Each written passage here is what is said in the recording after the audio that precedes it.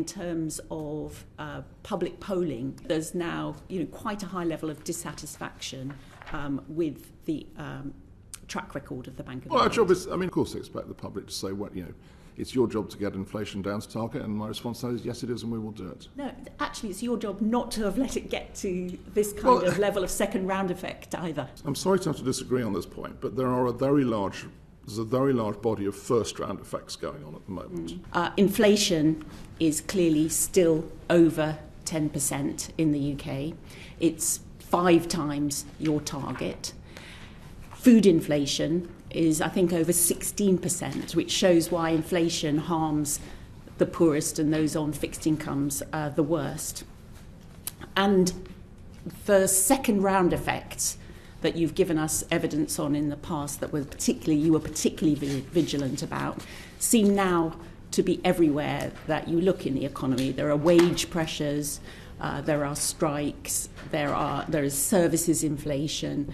There seems to be a change in household inflation expectations, and now even the government has said that it just wants to see inflation halve over the course of this year, which would take it to 5% or 2.5 times your target. So, Governor, do you accept that the bank has made mistakes in terms of this tightening cycle, that you started raising rates too late, too slowly, and you've really let inflation run away in this country, and it will now be harder and more painful to get inflation back to target? Well, I know we've discussed this before, and I would start by saying that we don't make policy with the benefit of hindsight. I have to start with that. I'm happy to comment on, if you like, sort of the history, and I think it's important because we obviously learn a lot from that. But I do just want to say that we don't have the benefit of making policy with hindsight. There have been a number of very big shocks hitting the economy over the last 3 years, starting with COVID. I think, but I've been going past that. I would pick out now, a number of very big shocks that have hit the economy. The first one I would pick out, I'll roughly do them in order of appearing, was the supply chain shock that appeared as the recovery from COVID started. That's a global shock. And it was really, I certainly speak for myself now actually, it was really that shock that caused us to use the term transient or transitory about the nature of it, because at that point in time we really saw that as a single supply side shock that was part of the recovery from COVID. I should say that if we go back to particularly somewhere like the summer of 2021, the UK economy was substantially below the level of activity that it had been pre-COVID. Of course, it is still below the level of activity pre-COVID, but at that point it was substantially below. But the reason that I use the term, we weren't the only central bank using the term transitory or transient, was because a single supply side shock like that on its own ought to work its way through the system. And what I would say now, with the benefit of having seen how things evolve, is that actually that is what has happened with that shock. Probably it peaked around the end of 2021 on most measures and has now come off quite substantially. However, two other shocks have hit us. The very big one is Russia-Ukraine. This is the one that is in a sense, is the dominating shock of the last year. As no doubt we'll come on to, it is also, however, in a sense, the moving on from it is also why we expect inflation to come down rapidly this year. Now, we've discussed before at these hearings, I don't think any of us could have predicted what was going to happen in Russia or Ukraine until quite near to it actually happening. But it is a very big shock. But it has a second effect, which I'll say, I talked about the effect of single supply shocks, but what we've had is a sequence of them, and there's no air gaps between them. And that, of course, makes them much more persistent and much more difficult to deal with. And the sort of, if you like, the sort of conventional wisdom that you can accommodate the first round effects of a single supply shock, start to go out of the window at that point.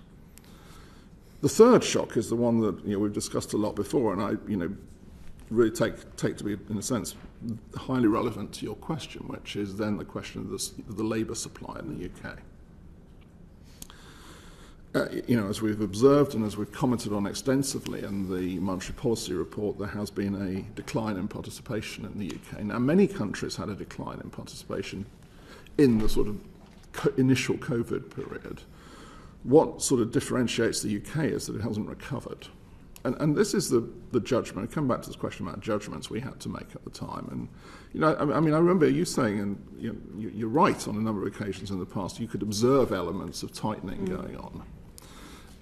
And you know, our response to that, in a sense, was, yeah, we don't disagree. Our agents were telling us this as well. The challenge we had to deal with was that the furlough scheme was in place at that time until the end of September 2021. Around about 1 million jobs were furloughed right until the end of the scheme. And so the big question was, what was going to be the impact of ending the furlough scheme? Now, by the way, I'm not criticising it. I think the furlough scheme did a very good job, but it created this problem of judging what the effect at the end of it be. Now, we thought unemployment would rise at the end of it. By the way, I looked back at, if you take our August 2021 monetary policy report, we always published later on in the report a comparison of our projections with those of other forecasters. We were actually at the low end of the assessment of the rise in unemployment that would follow from the end of the first scheme, but of course it didn't happen. And that's in many ways, I think, the important part of your assessment of where we stand now. We've got a tight labour market, very tight labour market. We've had a fall in participation, and it hasn't recovered. The final thing I'll mention, which is the shock that didn't happen, was Omicron. So when we were considering the timing of the initial tightening of monetary policy, we were right on the cusp of Omicron, and we were being told it was going to happen. And that's the one we said, well, we think its effects may be less than the earlier its economic effects may be less than the earlier COVID outbreaks. And I think that was a correct judgment. But again, it was a very big judgment we had to make at the time. So if you don't mind, I mean, my response to this is we have to make judgments based on imperfect evidence at the time. We learn a lot of things afterwards, and I agree with you on that. But I do push back on this question about hindsight judgment.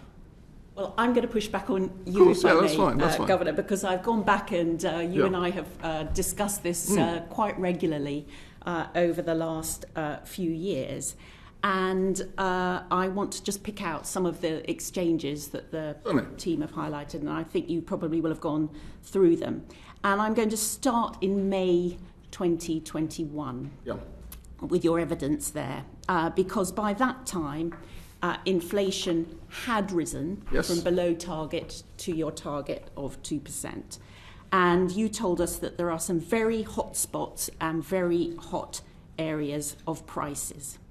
And I just remark on the fact that despite that, the bank decided to keep interest rates at 0.1 and to carry on with quantitative easing of the programme. Yes, and can I just put that into context of what I said? And I don't want to repeat it, but I won't. But that's because we were already observing the global supply chain shock taking place, and there were hotspots, and there were hotspots domestically because pieces of the economy were reopening in sometimes a rather difficult fashion.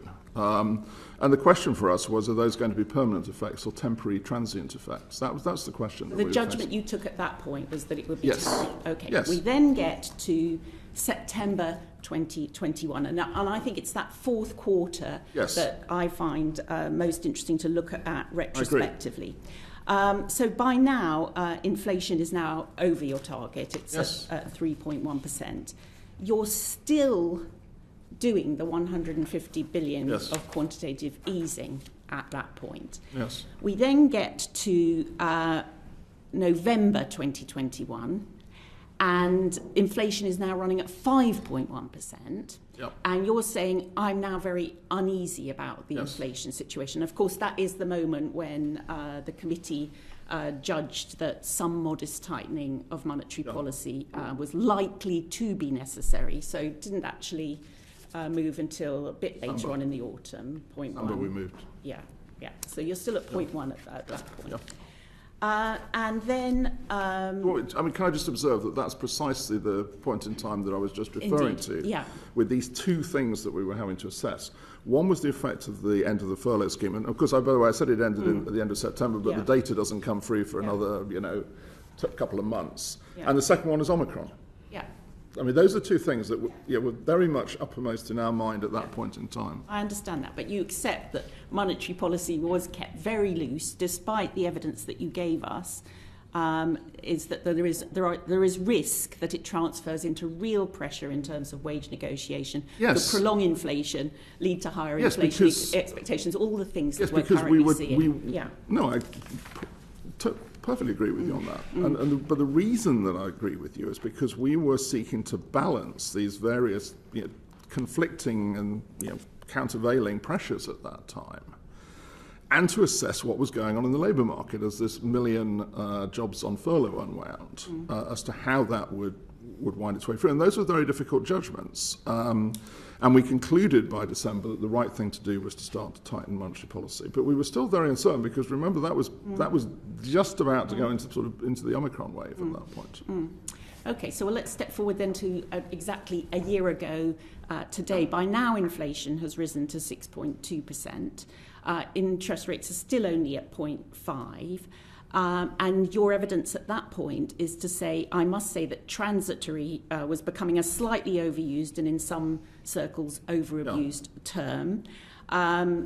You're clearly now pointing to an upside risk, second round effects, the risk of real second round effects, and yet the rate is still only 0.5. Well, the reason that I made the point about transitory goes back to what I said a few moments ago earlier on, which is that transitory is a term that, in my view, it's easier to apply to a single shock. By this stage, of course, we're now seeing, unfortunately, Russia's invasion of Ukraine, of course, was sadly starting to happen. Though the major impact on energy prices really came over the summer, actually, in terms of the impact. So we were seeking to judge what would be the impact now of more than one shock. And I also would just make the point that we were the first major central bank to tighten monetary policy. So, this was a problem, a challenge that others were having as well. But on that day, the day before Russia invaded Ukraine, inflation was already running at 6% in this country, and interest rates were at 0.5%.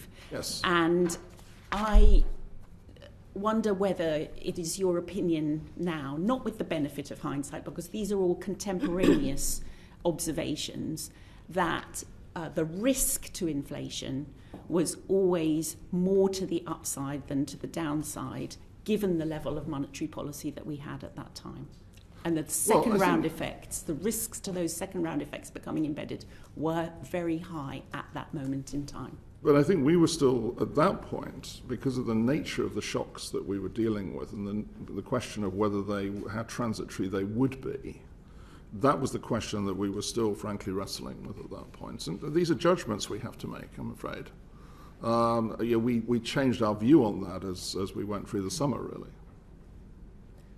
How can people? I do want to keep on asking the governor. How can people feel confident, though, that the Bank of England has made the right judgments at the right time in this period of time? And I note that in terms of public polling, that there's now quite a high level of dissatisfaction with the track record of the Bank of England. Well, our job is, I can quite understand the public polling, because our job is to get inflation back down to target, and I would expect, the public will, of course, expect us to do that, and we will do it, and I would expect that will be reflected in public polling.